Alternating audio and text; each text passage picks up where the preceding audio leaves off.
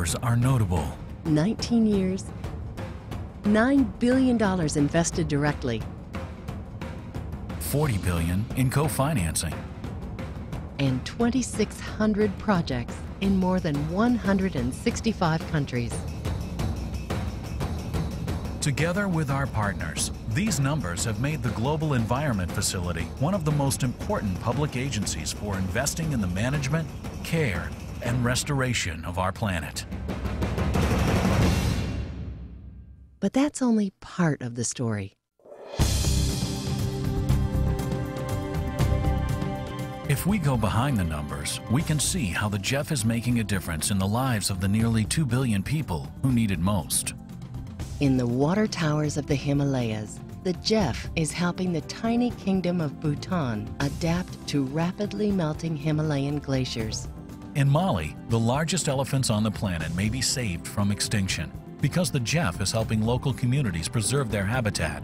In Brazil, the GEF is mounting a massive effort to protect the Amazon rainforest and all of its precious plants and animals. And in China, the world's largest renewable energy manufacturing sector has been born with the help of GEF investments. These and other efforts are creating a more sustainable world, a safer world, a cleaner world. And now we take you behind the numbers.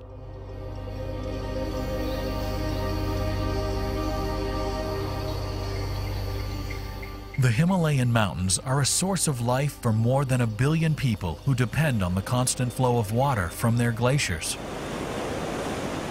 But the glaciers are rapidly melting, creating massive lakes that could rupture and wipe out everything in their path. Scientists call it a glacial lake outburst flood, but the Bhutanese refer to it as a silent tsunami. Some 300 villagers have made a treacherous journey over 5,200-meter mountain passes to the Lunana base camp. They will be paid twice the national average to work in difficult conditions. The water is freezing. The high altitude makes it impossible to use modern machinery, so they use shovels and other hand tools to dig trenches. Eventually, after removing boulders and other debris, the water from Lake Thortormi will begin to drain safely downstream. Without this effort, Lake Thortormi could rupture, sending an estimated 53 million cubic meters of water downstream. Over the next 2 years, GEF funding will continue to support not only the workers at Lake Thortormi, but the hundreds of horsemen and women who provide critical support to the teams. As the first attempt to drain a glacial lake, GEF funding in Bhutan is critical and will benefit other Himalayan countries facing the impacts of rapidly melting glaciers. This was very on the right time that we got the GEF funding, because if we wait for another couple of years, probably then the lakes would have been developed and then we could not do anything. Bhutan is one of the few countries whose forests absorb more carbon dioxide than their economy emits. And their efforts in the high Himalayas are a beacon of hope for other countries adapting to a warmer world.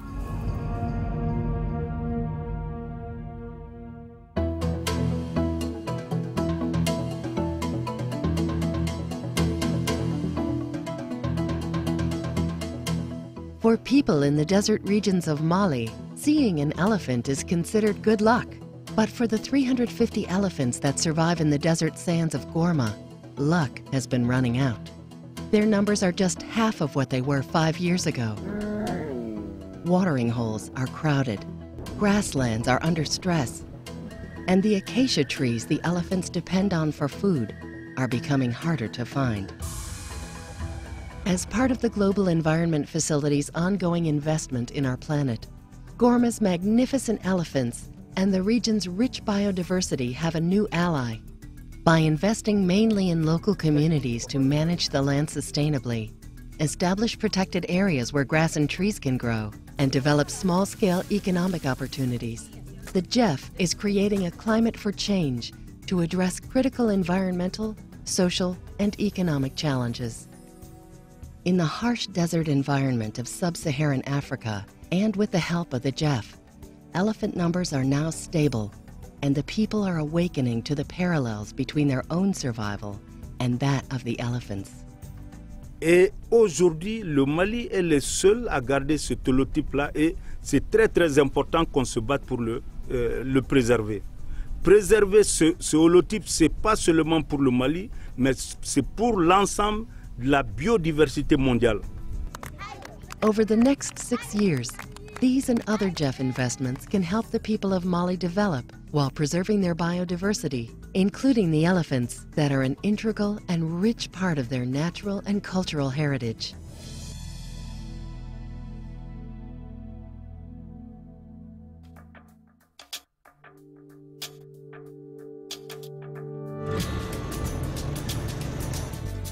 China is in the middle of an energy revolution. In less than a decade, China has become the #1 producer of renewable energy in the world. In just 1 year, Chinese solar companies increased global production of solar cells by 90%.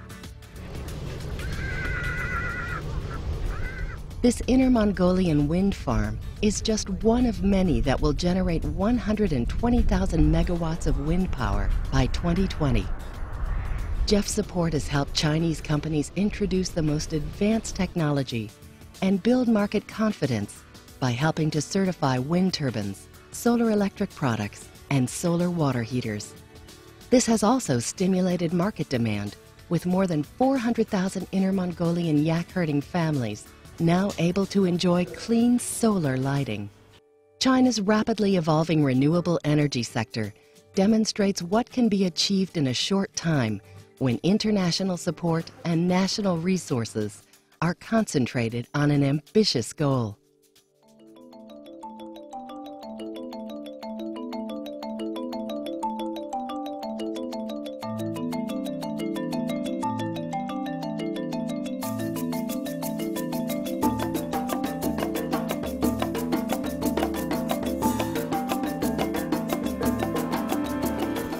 The Amazon is seemingly endless. Its vast ecosystem is home to thousands of species of plants and animals found nowhere else on Earth. But this rich biodiversity is under threat. Climate change and unsustainable development could eventually rob the Earth of this natural treasure. Here in Virua National Park in northwest Brazil, the GEF is working to change that. As part of the Amazon Region Protected Areas Program, or ARPA, the GEF is helping a dedicated team of scientists to study, protect, and eventually expand the protected area by almost 100,000 hectares. We only have one shot, and so whatever we do here will have, consequence for the future. So this whole biomass is sequestering carbon, is incorporating carbon from the atmosphere into the soil and into the biomass. So without that, we have larger emissions, we have worse global warming scenarios. Through ARPA, the world's largest tropical forest conservation program, researchers and rangers have the vehicles, boats, and equipment they need to do this important work in the most biologically diverse area of the Amazon. And ARPA's efforts extend beyond the rainforest. In remote river villages, fishing has been the main source of income and a source of food for generations. In an effort to maintain a healthy fishing industry, ARPA has helped communities to develop alternative, more sustainable methods of earning an income and feeding their families. In the future, it's hoped that as much as 60 million hectares of the Amazon will be protected, and the lives of humans, plants, and animals around the world will benefit from the effort.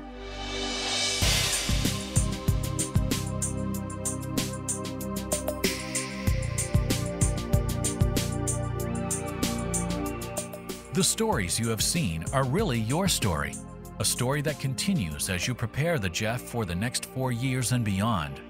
The 21st century challenges are immense, but must be met if we are to leave our children and theirs with a future unbounded by severe climate change and lost species. With your support, the GEF will continue to address these challenges by investing